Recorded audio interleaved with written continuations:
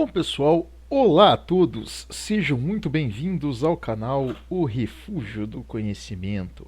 Pessoal, hoje nós daremos continuidade aqui à nossa série Ciência Viva, não é? A respeito aqui justamente dos fenômenos científicos que nós estamos abordando, né?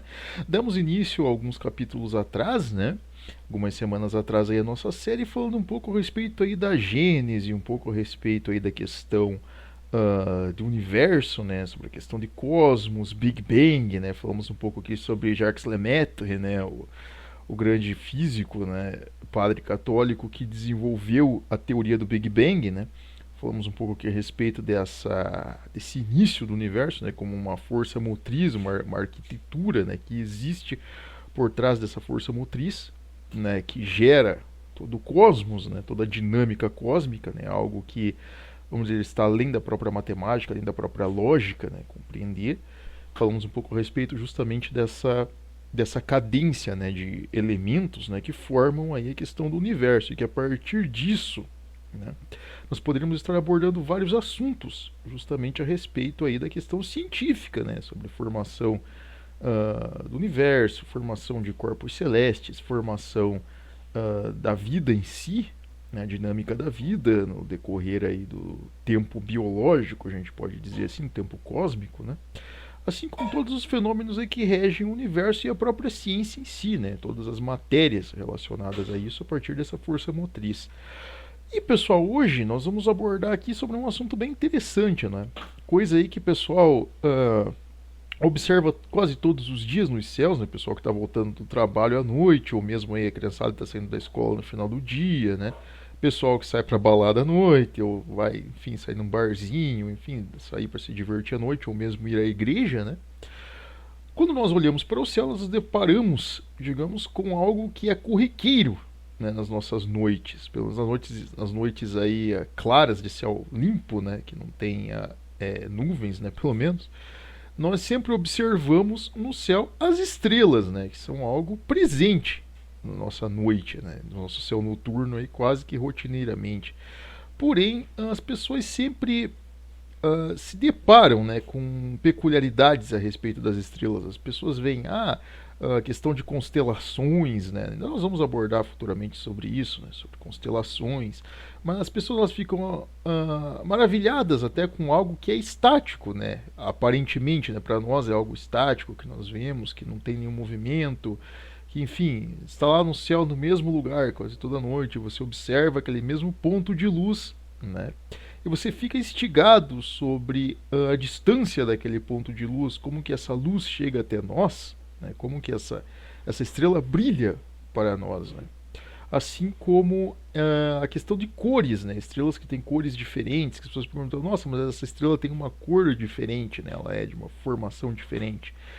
Hoje nós vamos falar a respeito desses corpos celestes, né? Corpos aí que são basicamente algumas das estruturas principais que, digamos, em conjunto formam estruturas maiores do universo, como galáxias, por exemplo, né? Que são aí grandes conglomerados de estrelas, né?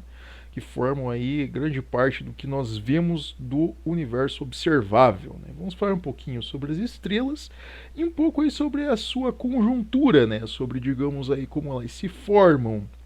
Nós até abordamos um pouco no vídeo passado, mas a dinâmica de cada uma, as classes de cada uma dessas estrelas, né, as grandezas dessas estrelas, a formação delas, digamos, a composição delas em questão de elementos, né, que as compõem, assim como a dinâmica que elas exercem, digamos, os corpos celestes ao entorno delas, e assim como o seu destino também, né, como que uma estrela ela morre, né, como o que acontece com, digamos, o que sobra, digamos, dessas estrelas em relação ao universo, né? E como que isso se desenvolve nessa cadência do próprio cosmos em si. Nós vamos falar um pouquinho a respeito desses corpos celestes, né? E sobre aí a sua composição, né? Sobre a sua dinâmica. Pessoal que gosta de ciências, né, que gosta desse assunto, deixem o like desde já aqui no nosso vídeo, né, inscrevam-se no nosso canal e vamos começar o nosso vídeo de hoje.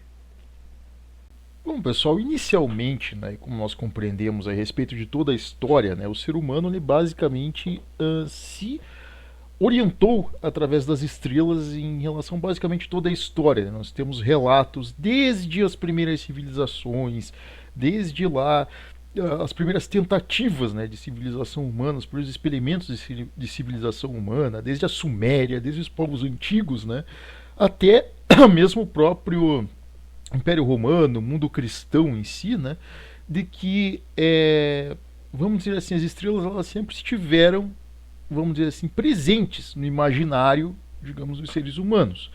Né? Quando você pega a questão de orientação, a questão de horóscopo, por exemplo, né, que surge lá na Suméria, em relação à cosmologia, ali no, vamos dizer assim, nas fases, né, da Lua, digamos, na iluminação noturna, na questão de movimentação das estrelas em relação a diferentes épocas do ano. Temos a questão da própria estrela do Oriente, né, estrela de, no caso a estrela de Davi, ou mesmo a própria estrela que guia, no caso os reis magos, né, até o menino Jesus, né, a dita estrela guia, né. Então nós temos a questão da própria história da estrela d'alva, nós temos vários exemplos, digamos, de como as estrelas elas estão presentes, digamos, na vida das pessoas. Depois você vai ter a cartografia, a navegação, né, navegação marítima, tudo isso vai estar basicamente ancorado nas estrelas, né, na movimentação desses astros. E até alguns utilizavam isso também como uma espécie de profecia, premonição, coisas do tipo, observando estrelas. Né? Então essa dinâmica ela sempre esteve presente. Porém, né, nós vamos falar aqui sobre como esses astros eles se formam. Bom, se nós pensarmos um pouco sobre tabela periódica, né, de química, lá nas nossas aulinhas de química que nós tínhamos, né, no segundo grau, né, aquelas aulas extremamente, alguns gostam, né, para outras pessoas extremamente chatas, né, mas para algumas pessoas muito boas, né, aulas excelentes. Existem os elementos mais pesados e básicos que compõem, digamos, a maioria, digamos, das estruturas, né, que são presentes. Existem elementos que são mais raros, né. Vou dar um exemplo, o lítio, por exemplo, que é um elemento extremamente raro. Mas se você pegar, por exemplo, os elementos metálicos, né, que são mais raros, alguns tipos de elementos metálicos, né, minerais. Porém, quando nós pegamos gases, por exemplo, são elementos muito assim presentes no universo, são elementos que têm de sobra, né, em todo o universo.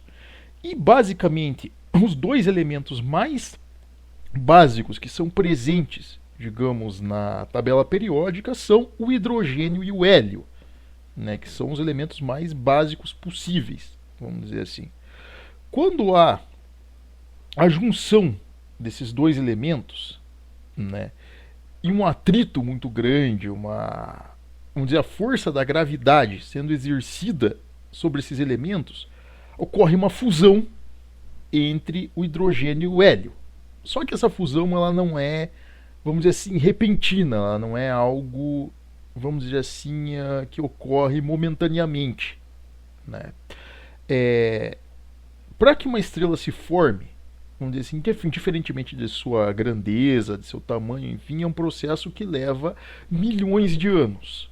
É um processo extremamente lento, porque gases são elementos básicos, mas ao mesmo tempo são leves. São elementos ali que, enfim, são impalpáveis, né? Que não são ali sustentáveis ali, né? Então eles necessitam de muito tempo para que eles se aglomerem, para que eles se comprimam através dessa gravidade, que a gravidade, a dinâmica da gravidade ela age sobre esses dois elementos, os comprimindo em uma força tão grande para que eles, vamos dizer assim, gerem uma reação, um atrito e uma reação, digamos, explosiva, né? Que é o que basicamente acende as estrelas. Como diria Albert Einstein, né?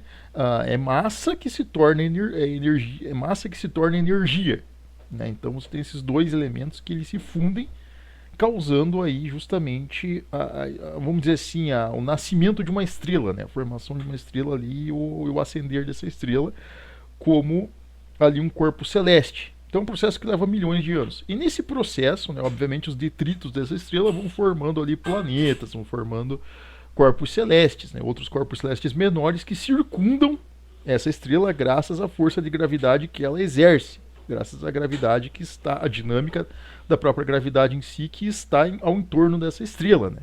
Uma vez em que a gravidade ela comprime o hidrogênio e o hélio, formando essa estrela, e ao mesmo tempo a estrela exerce gravidade. o campo gravitacional dela, por ela ser um corpo celeste muito grande, muito volumoso, muito, digamos assim, pesado, né, de tanto acúmulo de material, que ela exerce um campo gravitacional em torno dela. Então todas as coisas que estão em torno dela, os corpos celestes, como planetas, asteroides, cometas, entre outros, e detritos, né, de rocha, basicamente circundam esse objeto justamente pelo seu campo gravitacional que envolve esses objetos, né, o que basicamente aí é a formação de uma estrela, como nós dissemos, né.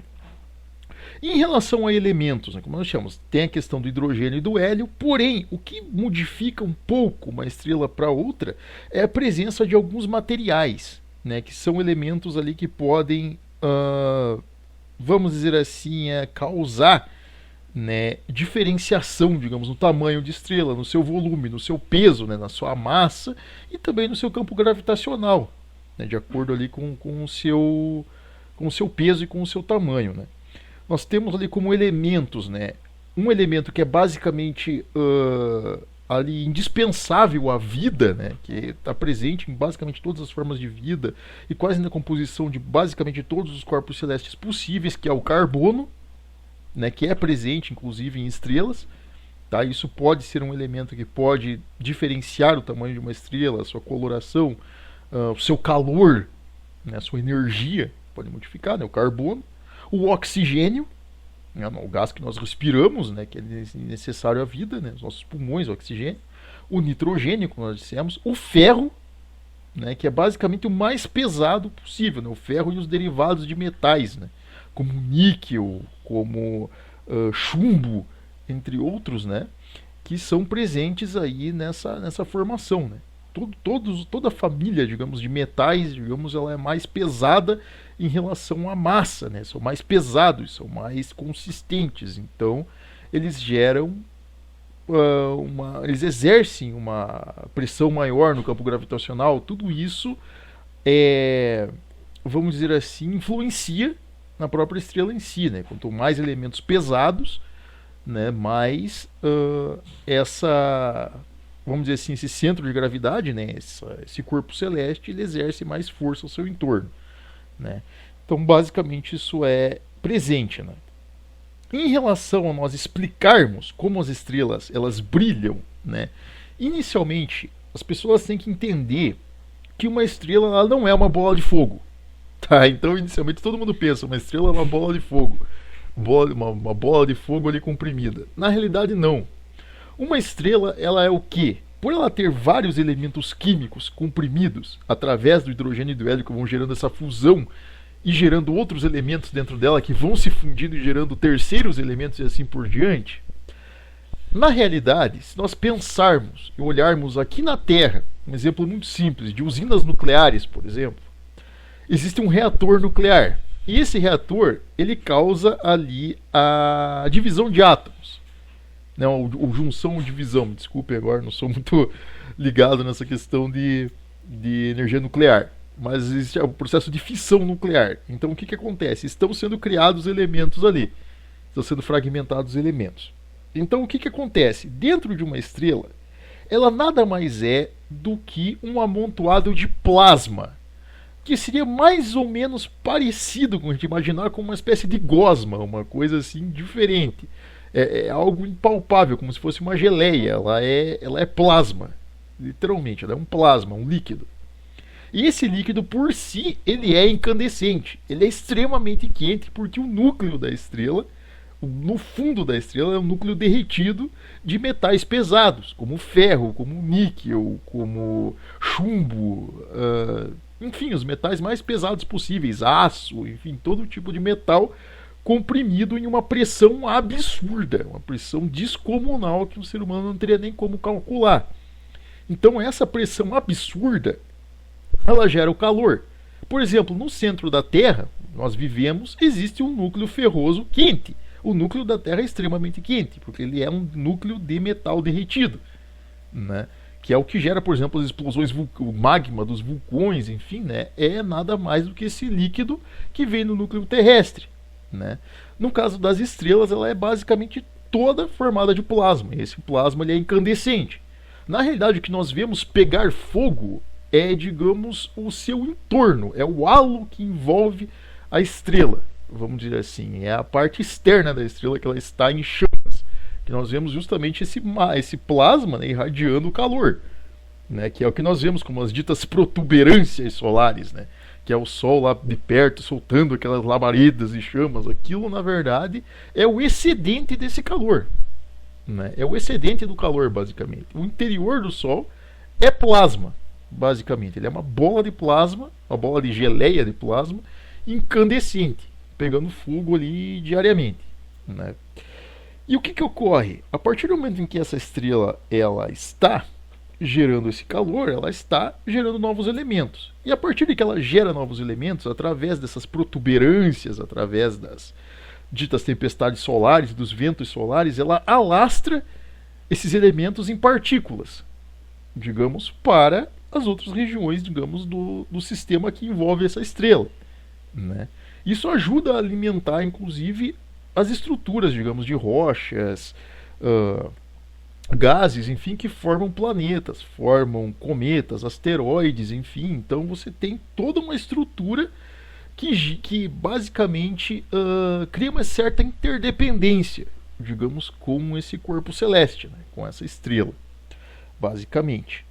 Em relação, digamos, ao nosso Sol, por exemplo, né, basicamente os planetas que formam em torno do Sol, muito do que nós temos hoje, digamos, o nosso planeta em questão de estrutura veio do próprio Sol.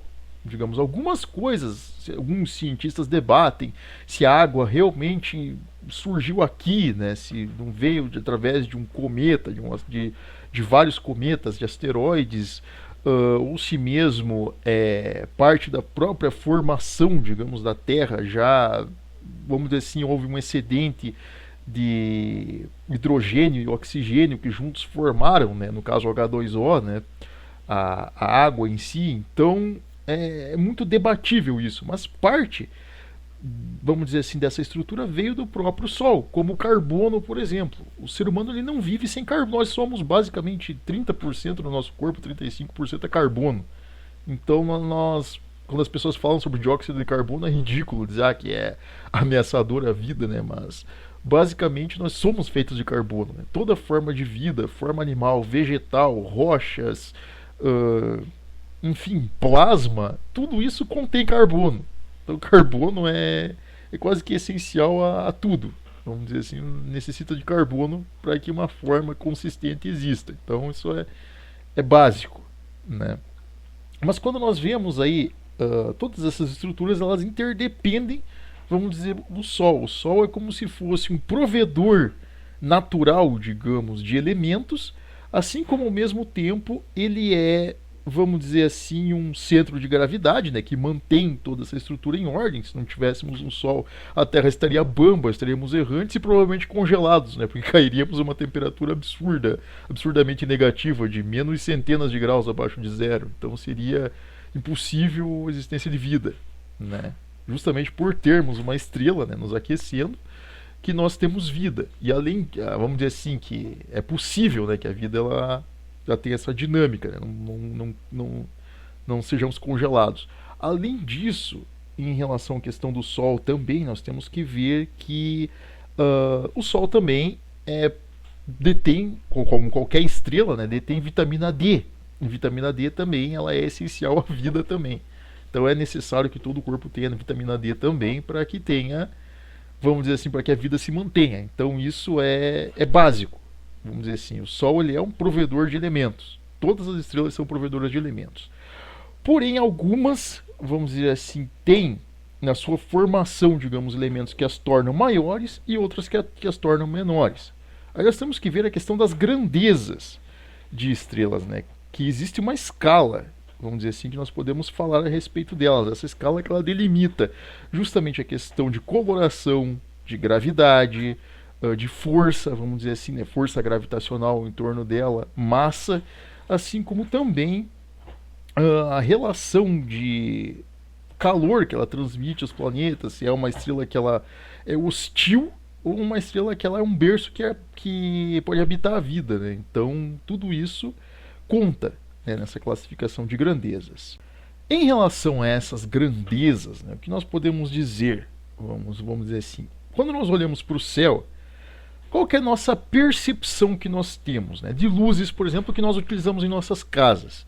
Quando nós vemos, por exemplo, luzes brancas, nós dizemos que é uma luz fria, né, quando nós utilizamos em casa. Uma luz de LED é uma luz fria.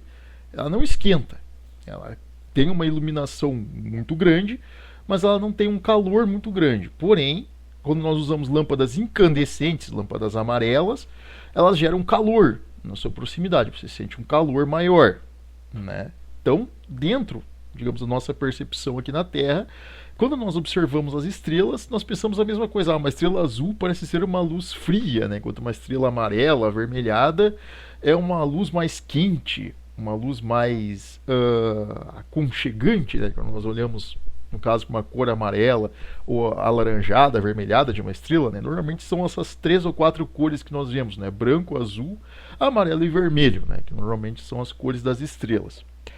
Porém, o que acontece? Na verdade, nas estrelas, essa lógica ela não se aplica. São formações completamente diferentes. Quando nós pegamos a escala, digamos, das estrelas, estrelas que elas têm uma coloração mais avermelhada, quase marrom, são estrelas cujo seu calor é menor, a sua intensidade de temperatura é menor, né?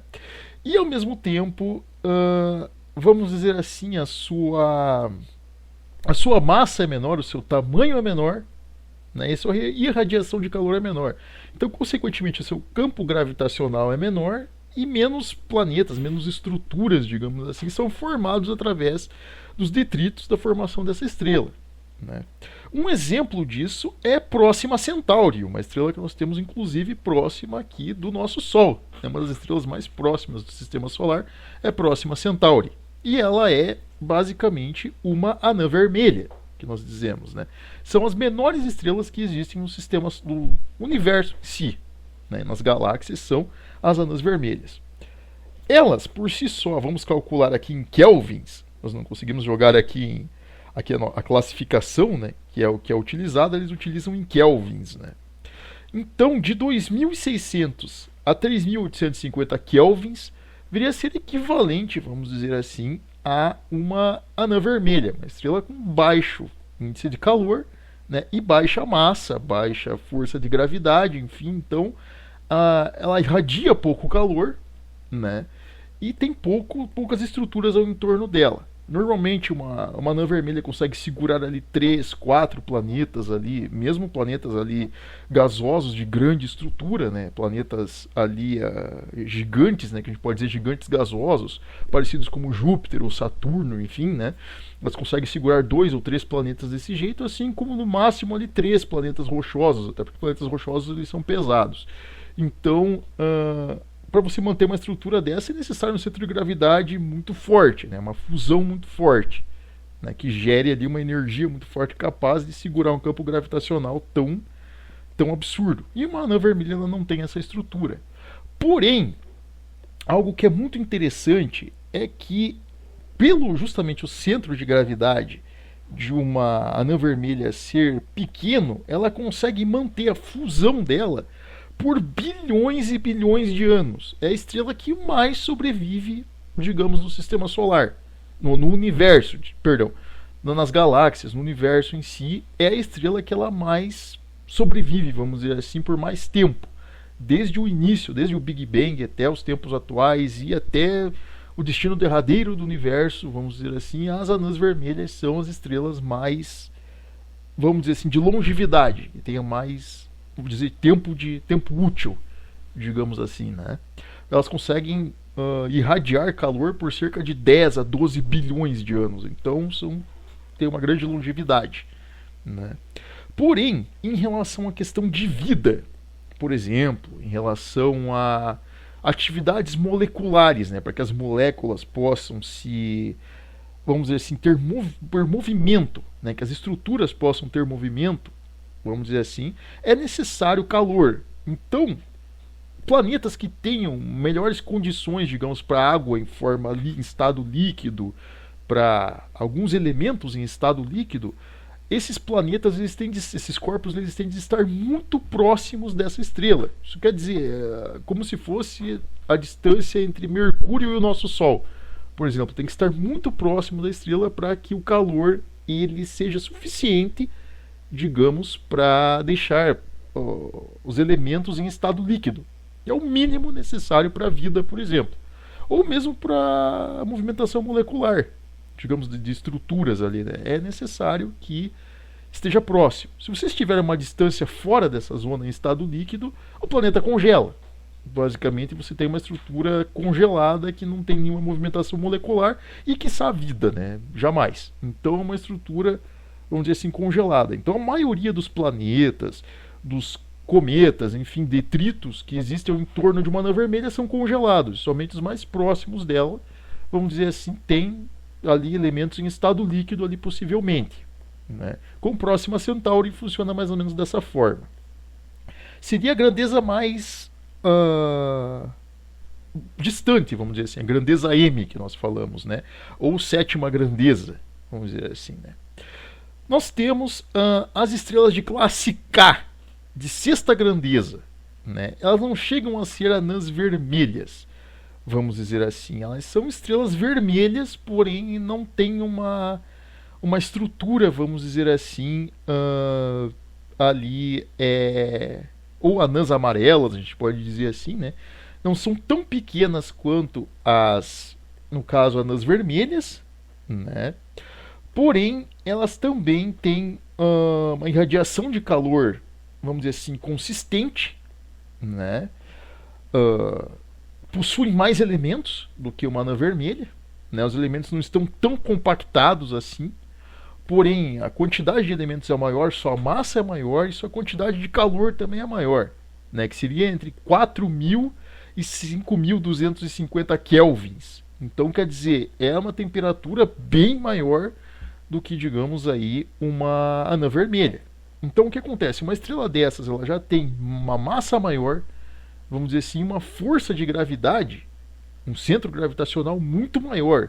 Então ela consegue abranger uma quantidade maior, digamos, de planetas, de detritos, enfim, ela consegue ter uma dinâmica maior. Então a sua zona, digamos, de liquidez ali, que o calor ele consiga exercer, digamos, ali dinâmica nos corpos celestes para que eles não estejam congelados, né, para que haja água e outros elementos em estado líquido, né, essa zona ela se torna maior, mais expandida.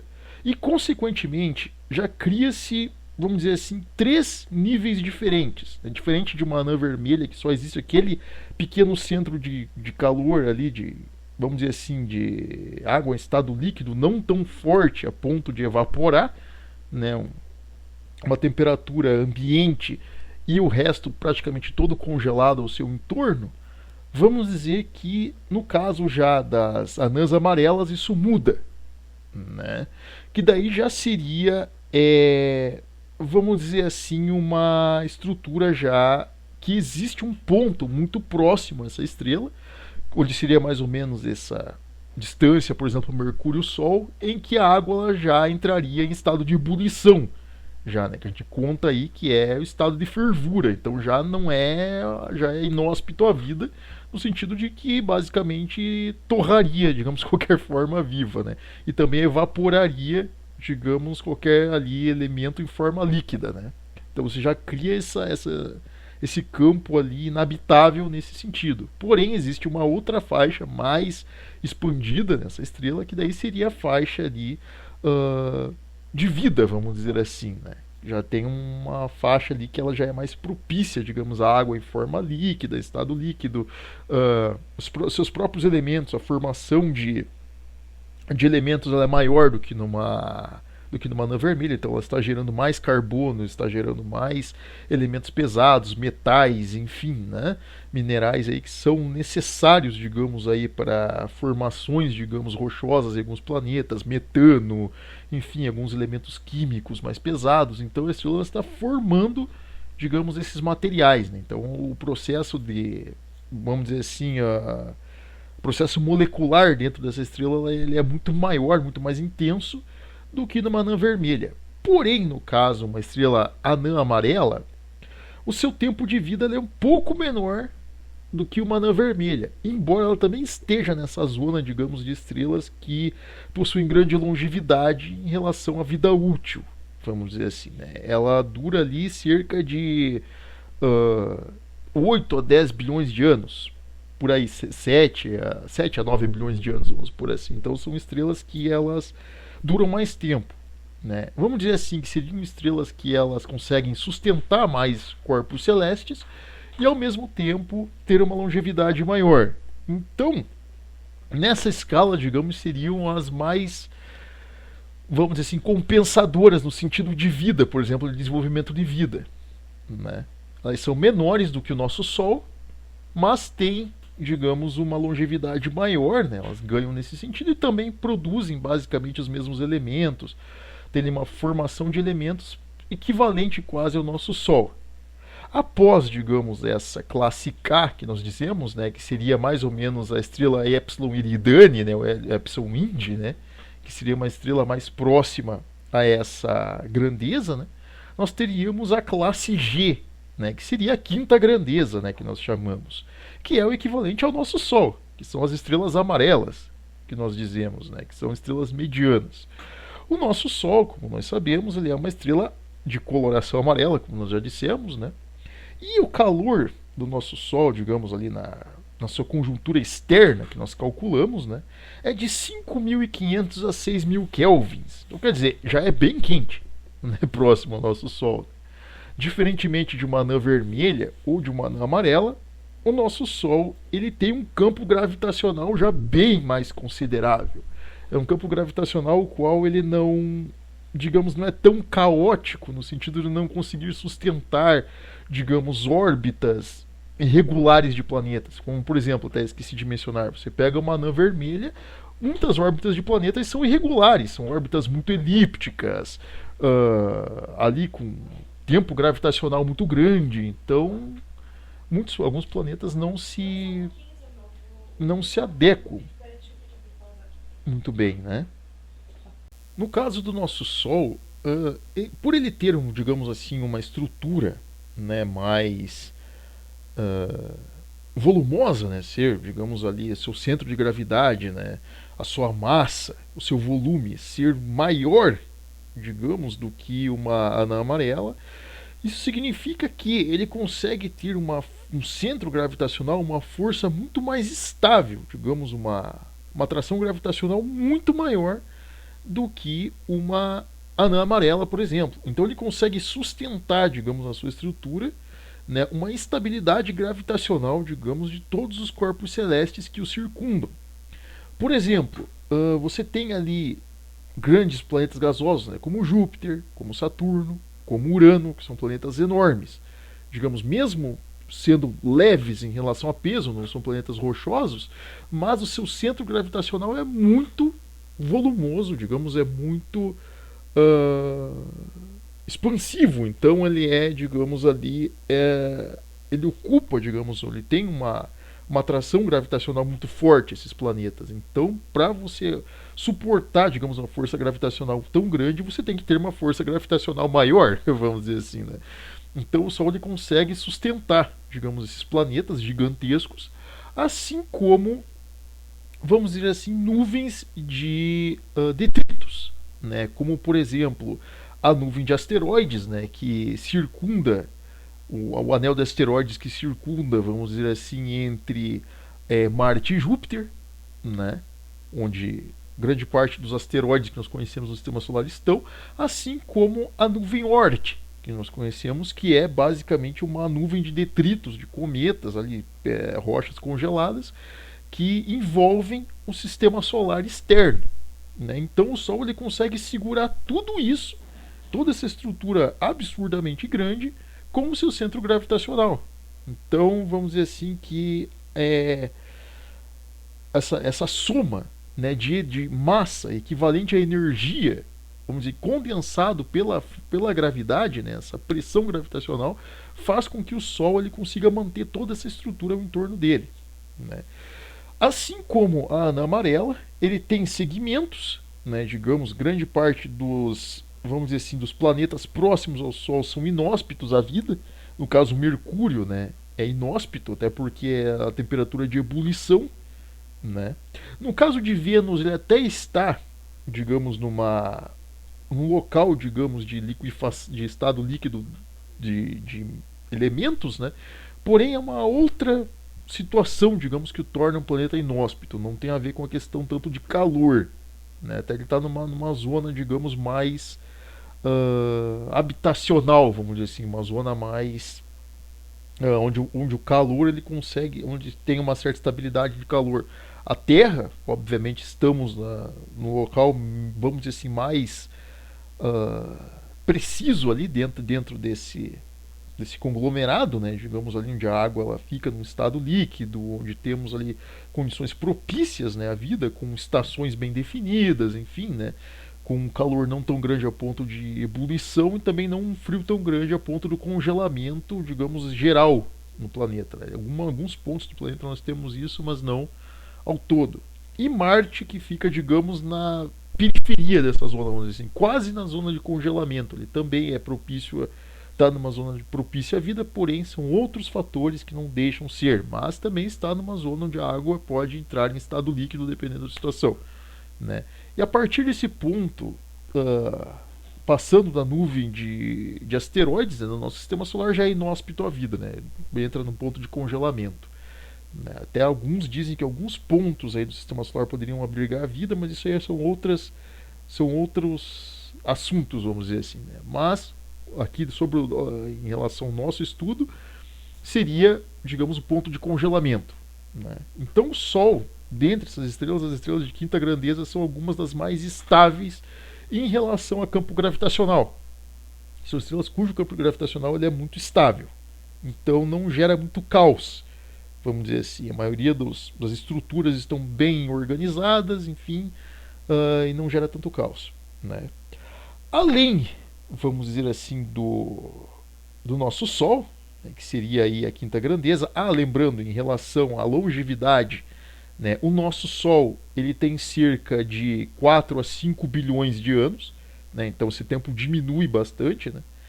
Algumas estrelas amarelas chegam até 6 bilhões, dependendo da sua massa, do seu volume, enfim, da sua força gravitacional. Estariam entre 4 a 6 bilhões, mais ou menos a estimativa, digamos, de longevidade das estrelas amarelas.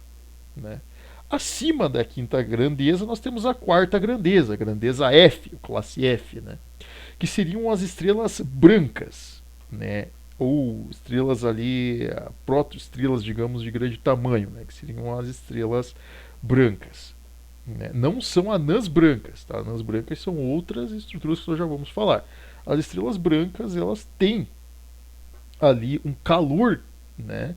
Ali irradiando, vamos dizer assim, né? Seu núcleo ali equivalente a 6.000 a 7.200 kelvins. Então não muda muito da temperatura máxima que o nosso Sol alcança, entrando numa outra classe, vamos dizer assim, né? Um pouco maior.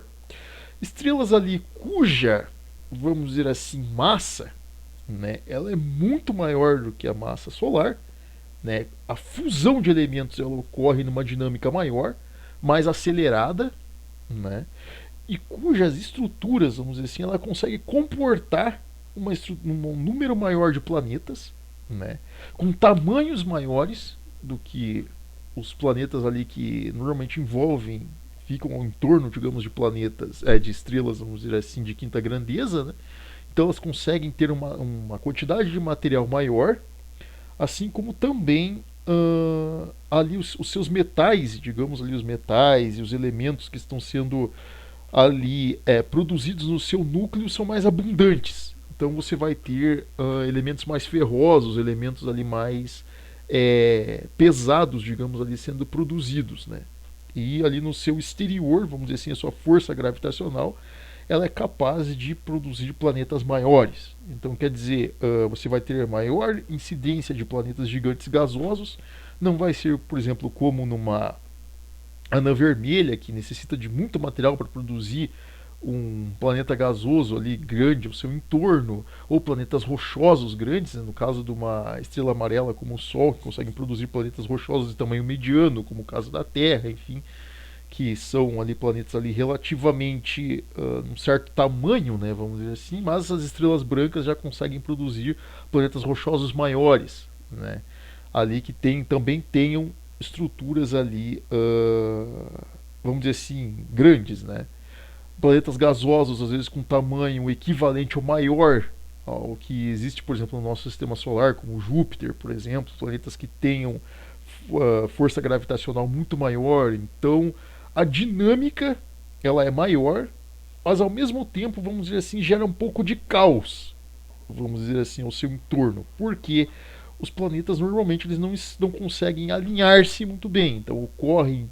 vamos dizer assim, raramente, mas podem ocorrer colisões entre planetas, vamos dizer assim, que é algo que normalmente é decorrente de formações, mas ali, no caso, por ter muito acúmulo de material, as órbitas elas se tornam um pouco mais caóticas, né? Porém, o seu centro de liquefação no caso de elementos, né, é maior. Então, podem ocorrer mais incidência de planetas, digamos, rochosos, que sejam, por exemplo, proporcionais à vida, né, que possam proporcionar, digamos, sustentação à vida. Então, o tamanho, digamos, dessa zona é maior, né?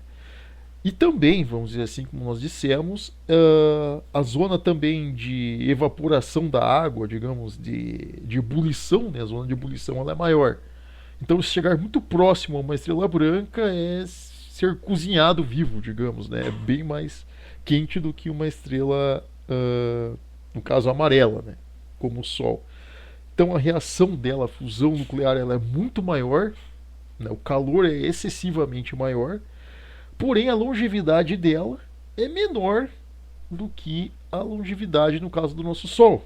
Porque ela está queimando elementos, digamos, fazendo ali a separação de elementos, né, criando novos elementos, a uma velocidade muito maior do que o Sol consegue gerar, por exemplo. Então, quando nós pensamos em dinâmica estelar, quanto mais rápido é o processo, vamos dizer assim, de fusão de elementos, mais, vamos dizer assim, menor é a longevidade da estrela, né? Então ela começa a perder estabilidade, né? Porém, o seu campo gravitacional de estabilidade de corpos celestes é muito maior. Então você vai encontrar, é difícil até para os próprios astrônomos, quando vão pegar estrelas de grandezas maiores, conseguir mapear tudo que está em torno dessa estrela, porque é muito material. Então eles ficam às vezes meses observando uma estrela, porque eles podem encontrar N corpos celestes girando em torno dessa estrela, fora fragmentos. Então é uma estrutura muito maior, né? Uma estrela branca basicamente como o Próximo, né? Que é uma estrela também bem conhecida também, né? Ou ali a Canis Maiores, né? Uns chamam de Canis Maiores também essa estrela, né? Ou Antecanis. Ela entra, digamos, nesse patamar de estrelas aí que são as estrelas brancas, né? Aí nós temos as estrelas que a gente chama de classe A, né, que seriam as estrelas azuis, né? Essas estrelas elas têm, vamos dizer assim, já entramos aí numa classe, digamos, né, das estrelas de maior volume, vamos dizer assim, maior massa, né, de uma massa absurdamente grande, e cujo processo de fusão nuclear ele é muito mais acelerado e muito mais caótico do que de estrelas amarelas. Então nós já saímos aqui daquele contexto do branco, amarelo, no caso do vermelho, né, marrom, vermelho, amarelo, branco, nós já saímos dessa escala de tons e já vamos para os tons esbranquiçados para azuis, né, que são os tons mais que seriam, ó, ao nosso ver, luzes mais frias, mas que ao contrário são as luzes mais quentes, digamos, do universo, né? São as estrelas que têm maior calor. E no caso das estrelas de grandeza A, ou terceira grandeza, o calor externo, né, gira em torno de 7.500 a 10.000 kelvins. Isso quer dizer, é muito quente, extremamente quente. Então o que ocorre? Uma estrela que, vamos dizer assim, ela brilha, vamos dizer assim, nessa escala, vamos dizer assim, o centro de gravidade dela é absurdamente forte. Então, quer dizer, grande parte das estruturas, digamos, que estão em torno dela, obviamente vão estar, digamos, em algum tipo de caos. Então, o que quer dizer com isso, vamos dizer assim? Você tem uma quantidade absurda de planetas, muito maior, digamos, o centro gravitacional dessa estrela consegue, digamos, abrigar uma quantidade de planetas muito maior do que o nosso Sol conseguiria abrigar. No caso, hoje, que nós sabemos, no caso do nosso Sol, são cerca de 8 planetas, fora planetas anões, né? Uma estrela, digamos, de terceira grandeza conseguiria abranger facilmente de 20 a 30 planetas ao seu entorno. Então, são estrelas muito grandes, são estrelas com núcleos grandes, vamos dizer assim, cuja o processo de fusão nuclear é muito forte. O processo ali de separação de elementos, ali de fusão de elementos é muito caótico. E o que acontece? A maioria dos dejetos, digamos ali vamos dizer assim, os detritos, né, que giram em torno da estrela, quando se aproximam muito dessa estrela, são basicamente tragados pela estrela, são ali envolvidos, né, são derretidos, digamos, pelo núcleo da estrela, porque o seu núcleo gravitacional é muito forte e atrai, vamos dizer, esses corpos para o seu interior. Então, ali é um processo extremamente caótico. São estrelas que produzem, vamos dizer assim, como podemos dizer, muitos elementos ao mesmo tempo. Elas estão ali expelindo elementos abundantemente. Então, não somente o seu ali, vamos dizer, o seu sistema solar, vamos colocar assim, né, o seu sistema de planetas, não só o seu sistema de planetas está recebendo esses elementos químicos, né, essa quantidade de elementos que está sendo expelido pela estrela, assim como também os detritos dos objetos que se aproximam dessa estrela e conseguem sobreviver, digamos, vamos dizer assim, a órbita, né, sobre essa estrela, que acabam recebendo parte desses elementos e são ejetados para fora do sistema dessa estrela. Então, para vocês terem uma ideia, são grandes provedoras de elementos químicos, né? São as maiores provedoras de elementos químicos, porém ao mesmo tempo são as que têm, digamos, os processos mais caóticos. Então, ali ocorrem dos planetas existentes nessas estrelas serem bombardeados quase que incessantemente por cometas, por asteroides, enfim, serem ali quase que inacessíveis à vida. Porém, existem nessas estrelas, por elas terem um campo gravitacional tão grande, elas são capazes de criarem planetas rochosos imensos, muito maiores do que a Terra, que daria o equivalente a 50, 100 terras de tamanho, que é o que nós chamamos de exoterras, né, que são planetas gigantescos, rochosos. Porém, no caso das exoterras, tem vamos dizer assim, uma coisa que podemos falar aí posteriormente, né, para não vamos dizer assim, aumentar muito o vídeo, né? Mas as exoterras seriam capazes também de, vamos dizer assim, serem ali habitáveis, porém a sua gravidade, a força de gravidade nelas é muito grande, né? Então esmagaria qualquer ser vivo que estivesse em cima deles, né? Porém, essas estrelas de terceira grandeza são capazes de sustentarem exoterras, grandes planetas, né? A sua força de gravidade consegue ali proporcionar, digamos, ali a criação ali de planetas, vamos dizer assim, absurdamente grandes, né? Então, os planetas gasosos são imensamente maiores do que Júpiter. Então, tudo que você pensar, digamos, numa estrela de terceira grandeza para cima, né, pense sempre grande, né, nunca pequeno, né?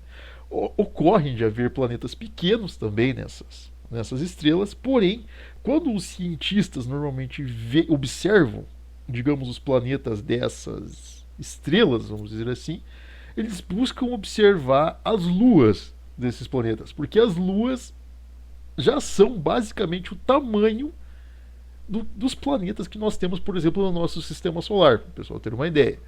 Então, as luas são muito mais suscetíveis a sustentar a vida, digamos, em sistemas solares dessa grandeza do que, digamos, os planetas, porque eles são muito grandes e têm uma força gravitacional imensa, né? São pesos pesados, né? Então, se modifica, né? Então, é uma grande formação de elementos, porém a longevidade dessas estrelas diminui. Nós já estamos falando ali da casa dos 4 bilhões de anos para menos. Ele é equivalente ali a 3 bilhões, mais ou menos, 3 a 4 bilhões. Porque o processo é muito acelerado. Então, ao mesmo tempo que eles criam grandes estruturas, essas grandes estruturas vão acabar sendo também vítimas, digamos, do destino dessas estrelas, que nós vamos falar aí posteriormente.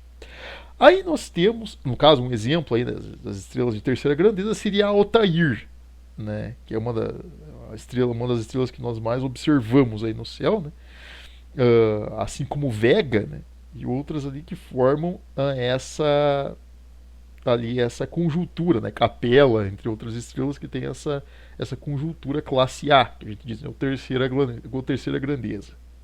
Acima delas, nós temos as estrelas gigantes azuis, né, que seriam as estrelas de classe B, né, cujo calor ele é extremamente incandescente, né, muito mais quente do que ali uma estrela azul. Então quer dizer, elas basicamente conseguem uh, derreter, vamos dizer assim, algumas estruturas, vamos dizer, eles conseguem derreter alguns tipos de metais, para o pessoal ter uma ideia. Então elas chegam a derreter chumbo e outros materiais aí que são extremamente densos e pesados. Então é um calor absurdamente incalculável, digamos, para nós, né? Nessas estrelas, né, de segunda grandeza, vamos dizer assim, que pelo tamanho da sua massa, vamos dizer assim, do seu peso, né, da sua dinâmica gravitacional, o seu processo de fusão de elementos é extremamente caótico e muito acelerado. Mas muito acelerado mesmo. Pense em uma estrutura em que ela está ali a quase todo momento, segundos ali, em questão de pouquíssimo tempo, criando elementos ali absurdamente. A formação dos corpos celestes ao seu entorno é extremamente rápida, extremamente caótica, com muitas colisões, vamos dizer assim, entre corpos celestes para formar superestruturas. Você vai ter exoplanetas, você vai ter planetas de grandes estruturas, porém, não pela questão dessa estrela não manter, vamos dizer assim, um espaço ali equivalente à liquefação de elementos para que haja vida, não por essa questão, mas porque os processos que ocorrem ao entorno dessa estrela são tão caóticos, mas tão caóticos, que quase, vamos dizer assim, corriqueiramente os planetas são bombardeados por detritos, por cometas, por asteroides, colisões com outros planetas. Então são dezenas de planetas ali em órbitas não tão regulares, porque o centro de gravidade dessa estrela é tão grande, tão absurdo, que ele comprime muito as coisas. Então ela puxa muito para ela, vamos dizer assim, todas as estruturas ao seu entorno. Embora ela não alimente somente o seu sistema com elementos químicos, mas a de a galáxia a qual ela pertence. Então são estrelas muito grandes, são estrelas que produzem muito material e que elas não estão somente retroalimentando ali a sua estrutura ao seu entorno, como o caso do nosso Sol, né? Que ele só consegue alimentar a sua estrutura ao seu entorno. Ela ejeta elementos para outras estrelas ao seu entorno, para outros sistemas ao seu entorno, estão recebendo materiais, digamos, dessa estrela. Então ela já chega numa produção de elementos absurda, né? E a fusão dela é extremamente caótica. O calor é muito grande, o centro gravitacional atrai as coisas, então é muito quase que inóspito à vida por essa questão caótica. Porém, vamos dizer assim que, como nós dissemos, a zona de liquefação ela é muito maior. Novamente, as zonas mais habitáveis, digamos assim, seriam luas, né? Planetas seria impossível, existem somente exoplanetas, planetas grandes, com uma gravidade extremamente esmagadora. Então tudo ali é gigante, tudo é, digamos, vamos dizer assim, tudo possui um centro de gravidade muito forte. Então é uma estrela que ela, vamos dizer assim, ela queima muito material rapidamente. E justamente por ela ter essa luminosidade absurda, uma luminosidade muito grande, perceptível a milhões, a bilhões de quilômetros, né? Vamos dizer assim, a gente conta por anos-luz de distância, né? Que são estrelas que nós conseguimos observar à distância, como o caso de Sirius, por exemplo, que é uma das estrelas que mais brilha no nosso céu noturno, né? Que são essas estrelas, digamos, aí de segunda grandeza. vamos dizer assim, que elas queimam material muito rápido e a longevidade delas é muito pequena. Né? Então equivale ali a no máximo, 2 bilhões de anos. Ela não chega a 2 bilhões de anos uma estrela, vamos dizer assim, de segunda grandeza. Porque o brilho dela é incandescente, a queima de materiais é muito rápida e, vamos dizer assim, ali o seu sistema por si só é muito caótico. Então seria impossível, digamos assim, para você ter, digamos, uma estrutura de vida ali que fosse muito longeva numa estrutura de uma estrela como essa. Seria impossível. Né? Então é um processo muito complicado. Né? São estrelas ali cujas a sua dinâmica ela é muito caótica.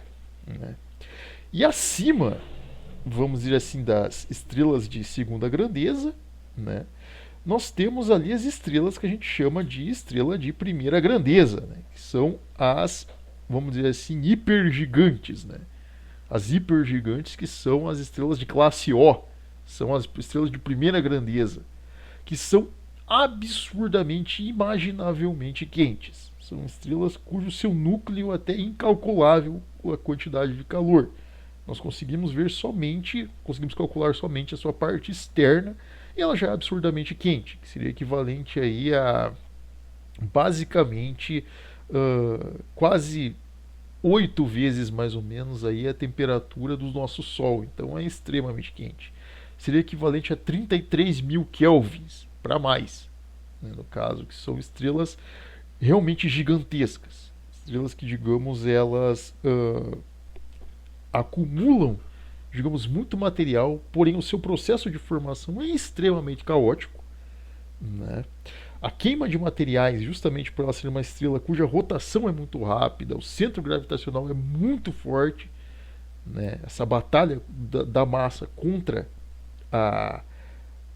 contra da energia, né? No caso, contra a gravidade, é tão grande essa batalha, que o processo é extremamente caótico e rápido. Então, os planetas, as formas, digamos, dos objetos que se formam ao seu entorno são extremamente irregulares, as órbitas são irregulares, ocorrem colisões frequentemente, então são objetos ali que não são insustentáveis, digamos, para qualquer forma de vida, para liquefação de objetos, para liquefação de elementos, né? Porém, elas são essenciais, digamos, para as galáxias na questão de fomentação, digamos, de materiais, né? No caso de digestão de materiais. São as estrelas que mais produzem materiais para uma galáxia, em elementos químicos, enfim, materiais aí que são necessários, né, para a formação de planetas. Então são as maiores doadoras desse tipo de elementos. Né? Então o seu processo de fusão ele é essencial, embora muito rápido. Né? Então é quase que insustentável, digamos, a vida no núcleo próximo dessas estrelas. Né?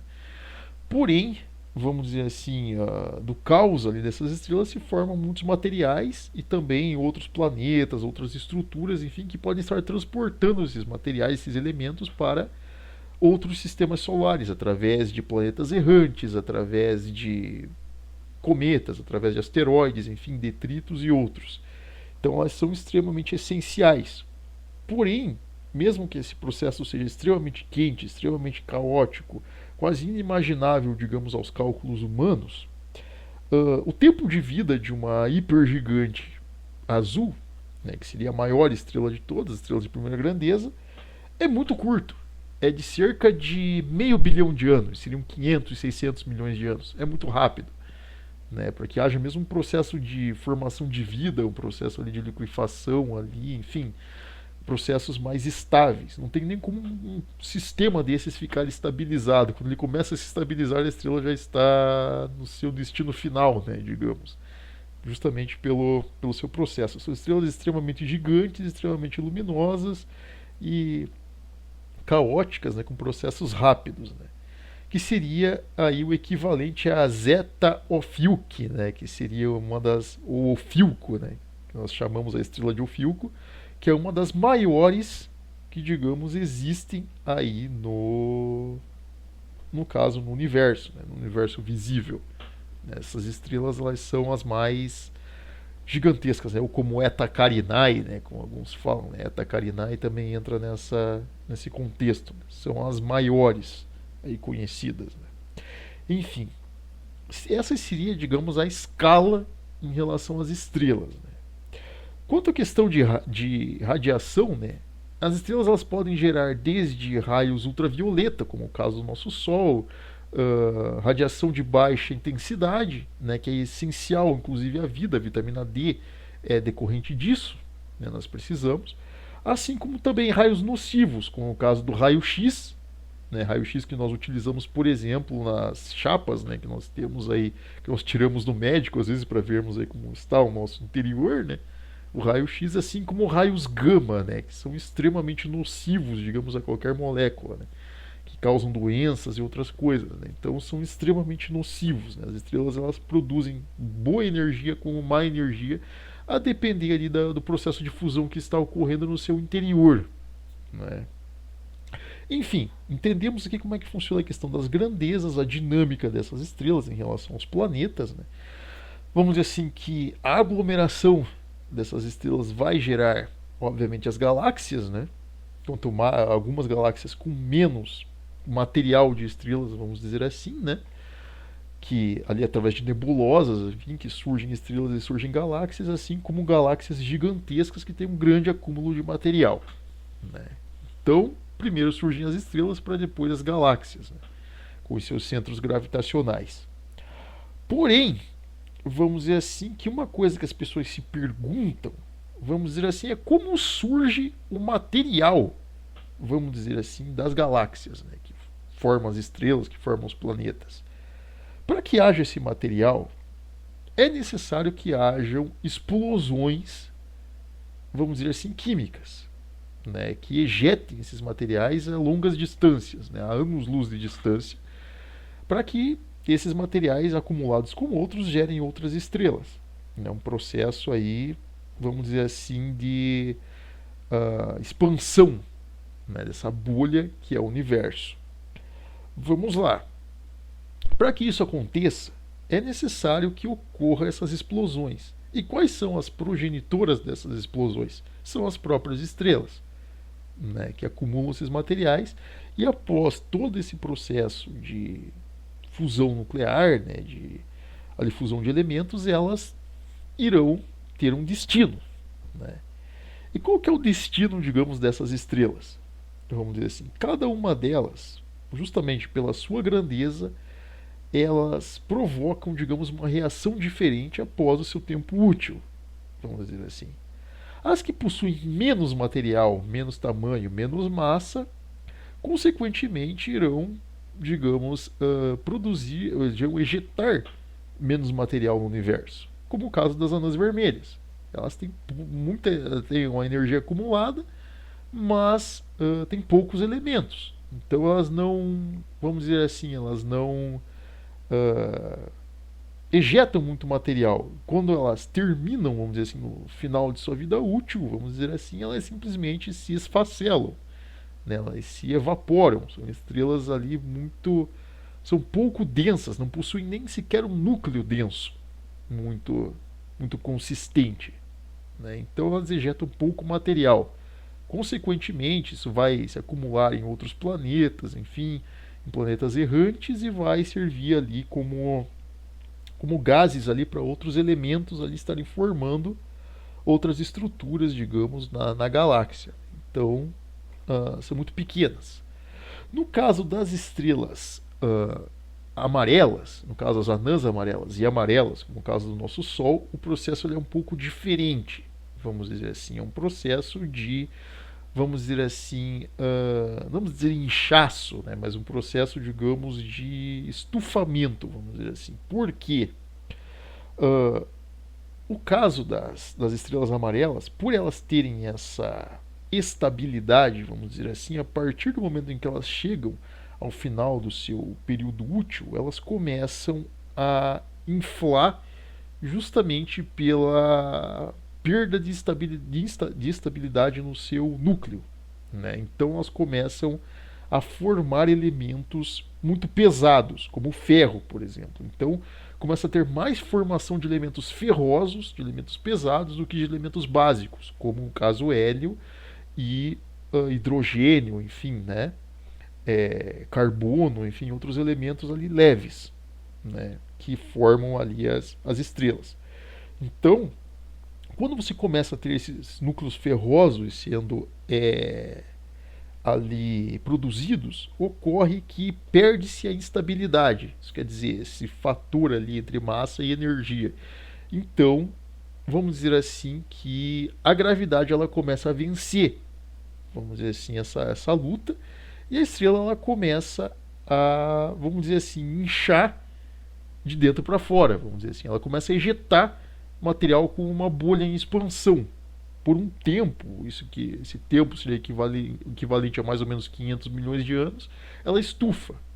Né? Então, tudo que está em torno dela, vamos dizer assim, é carbonizado por essa expansão, vamos dizer assim. Como o caso do nosso Sol, por exemplo, vai ocorrer que se daqui a 4 bilhões de anos, mais ou menos, né, que a 3 bilhões de anos, 4 bilhões de anos, o ser humano não der um jeito, vamos dizer assim, de tirar a Terra, vamos dizer assim, da posição em que ela está, ou enfim, até lá talvez nem não estejamos mais aqui, né, por vontade de Deus aí, né, mas enfim, se até lá não estivermos, vamos dizer aqui, a humanidade, se ainda tiver algum ser humano por aqui, estiver modificado toda essa questão científica, estiver tirado a Terra de seu eixo de gravitacional atual, talvez sobreviveríamos. Mas é um processo em que, vamos dizer assim, a Terra na posição que está hoje seria literalmente engolida pelo Sol, digamos na sua expansão. Né? Planetas como Mercúrio, Vênus e Terra desapareceriam, seriam carbonizados pelo Sol.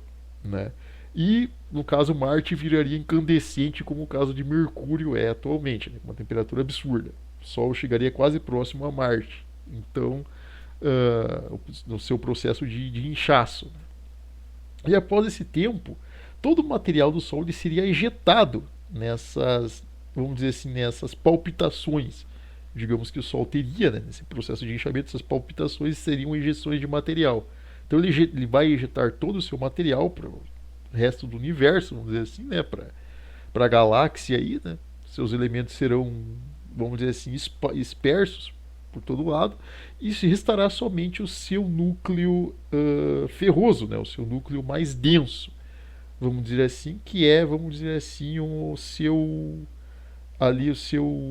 corpo, né, o que restou do seu corpo, que a gente chama de anã branca, que é o equivalente, vamos colocar assim, num entendimento bem popular, uma luz de LED, vamos dizer, uma luz fria e sem irradiação de calor. Então ela simplesmente ilumina, mas não esquenta.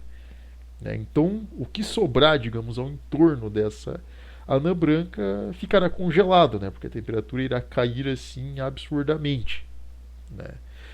Então são ali restos mortais, vamos dizer assim, de estrelas, né? Essas anãs brancas. Porém, o material ejetado pelo Sol poderia ser utilizado, reutilizado, vamos dizer assim, no universo, pela questão, por exemplo, de formar-se uma nebulosa, com outros elementos químicos, outros gases, que poderiam vir a formar futuramente uma outra estrela. Talvez uma mesma anã amarela, talvez uma estrela amarela, ou uma anã vermelha.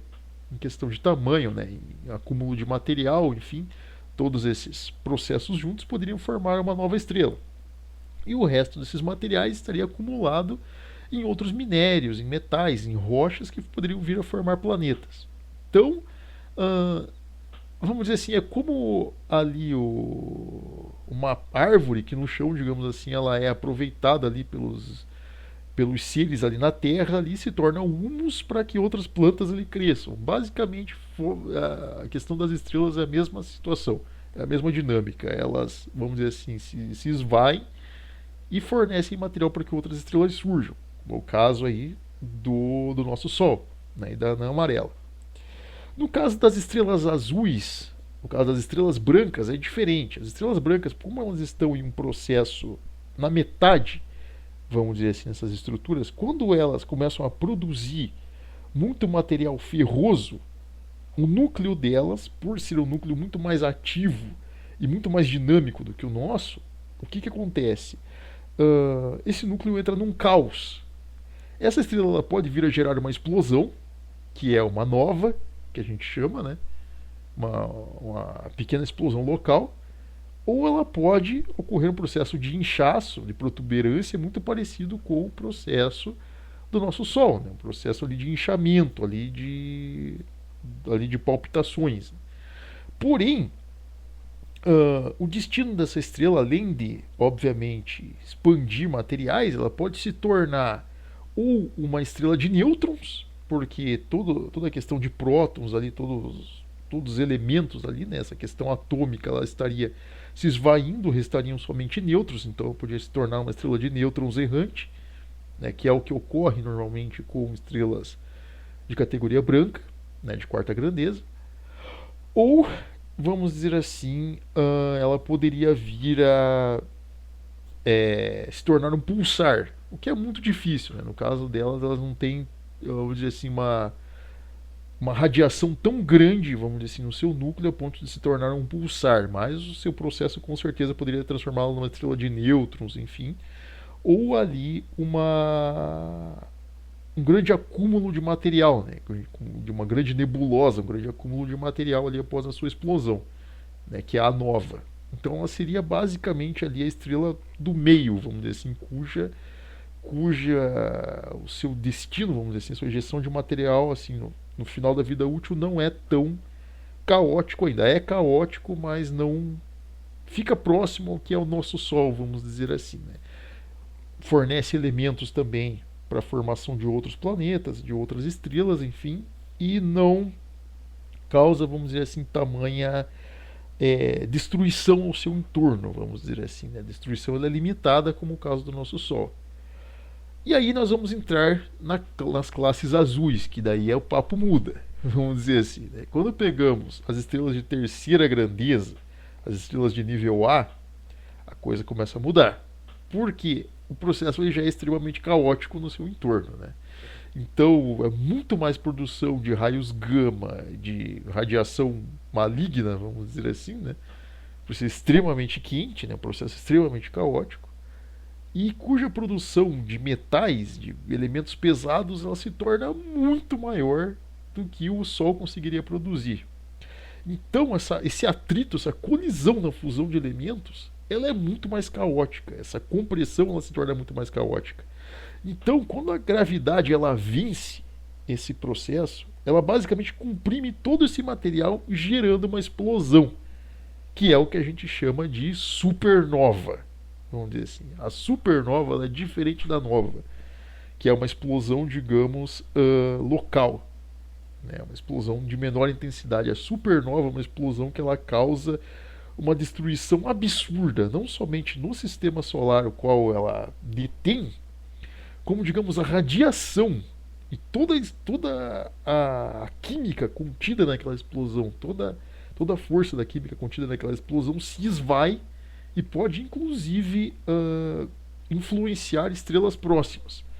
Então é uma explosão extremamente descomunal, né, que pode ser vista a distância, né, a anos-luz de distância, você consegue enxergar uma supernova. E quiçá não esteja perto para que não faça parte do evento ali terrível. E esse evento de destruição de uma estrela, ele basicamente gera, vamos dizer assim, além de complicações químicas, né, complicações de radiação em relação aos planetas próximos, que podem ali, que se caso, vamos dizer assim, habitassem vida, destruiria a vida, no caso desses planetas, poderia causar ali perturbações na órbita de planetas, entre outras coisas, enfim, influenciar estrelas próximas. É um processo absurdo, né? E, vamos dizer assim, por serem estrelas muito grandes, vamos dizer assim, e conterem, digamos, uma quantidade de radiação muito grande por esse processo caótico, elas geram algo chamado pulsar, né? O pulsar ele é basicamente uma estrela, vamos dizer assim, um centro de radiação que emite palpitações radioativas a um nível absurdo, algo assim descomunal, digamos, a palpitações que giram a milésimos e milésimos de segundo, vamos dizer assim. Se você ficar vamos dizer assim, se você colocar planeta na frente de um pulsar ele seria basicamente cozinhado, vamos dizer assim, né? O que tivesse de vida ali seria cozinhado instantaneamente se fosse atingido por uma palpitação de um pulsar. Então é algo absurdo, algo terrível, né? Que é o destino de uma estrela azul, né? Normalmente, como a Altair, por exemplo, né? Se ela vir um dia entrar numa supernova, ela pode acabar se tornando um pulsar, né? Acima das estrelas azuis, no caso os gigantes azuis, o processo é ainda mais caótico ainda, né? Por quê? O processo de fusão dela é absurdo. No caso das gigantes azuis e das hipergigantes, o processo é absurdo. É muito caótico e muito rápido.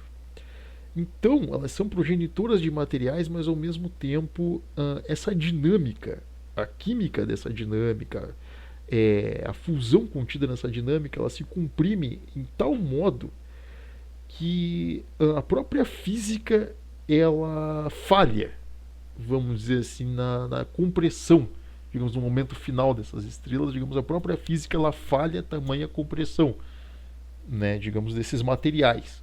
Né, que a física ela consegue trabalhar com essa estabilidade, mas quando esse material se comprime em, vamos dizer assim, uma escala tão, vamos dizer assim, massiva, em algo tão, vamos dizer assim, descomunal, né? Que na explosão, vamos dizer assim, dessa estrela, né, que é uma hipernova, já podemos colocar como hipernova, já passa da supernova para hipernova, a física ela falha.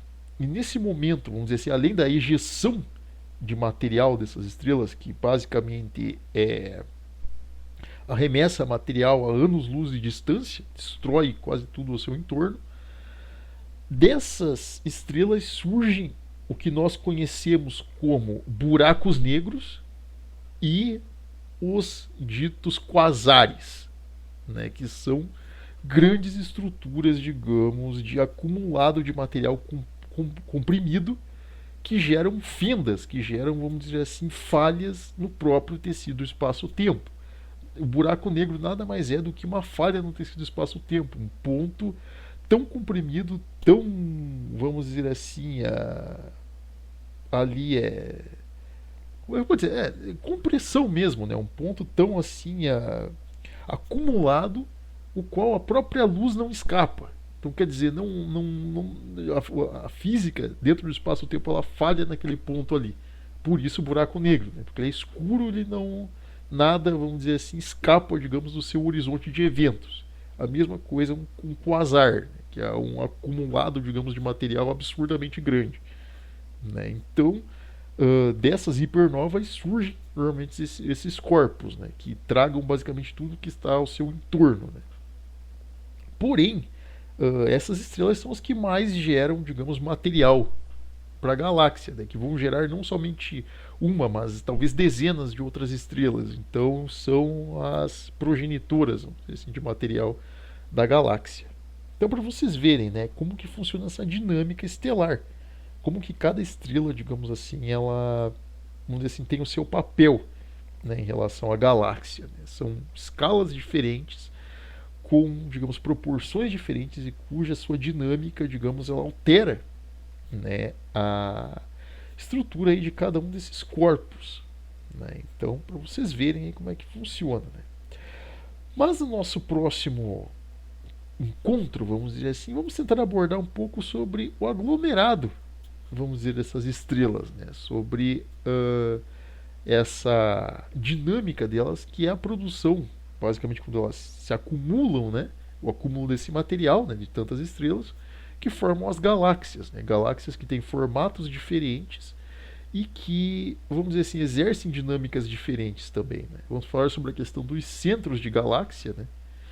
Cujo algumas são simplesmente acumulados de estrelas e outras são inclusive o que a gente chama de buracos negros hipermassivos, né, que são os centros de galáxia, né, e os seus formatos diferentes, né, das galáxias, e também sobre colisões de galáxias, né, quando é a formação, digamos, de novos corpos, né, a partir dessas colisões. Então, pessoal, espero que tenham gostado desse assunto, né, equivalente à questão estelar. E, bom, gostaram do nosso assunto, né? Deixem o like aqui no nosso vídeo, né? inscrevam-se no nosso canal e acompanhem as nossas novidades, né? Desde já, muito obrigado.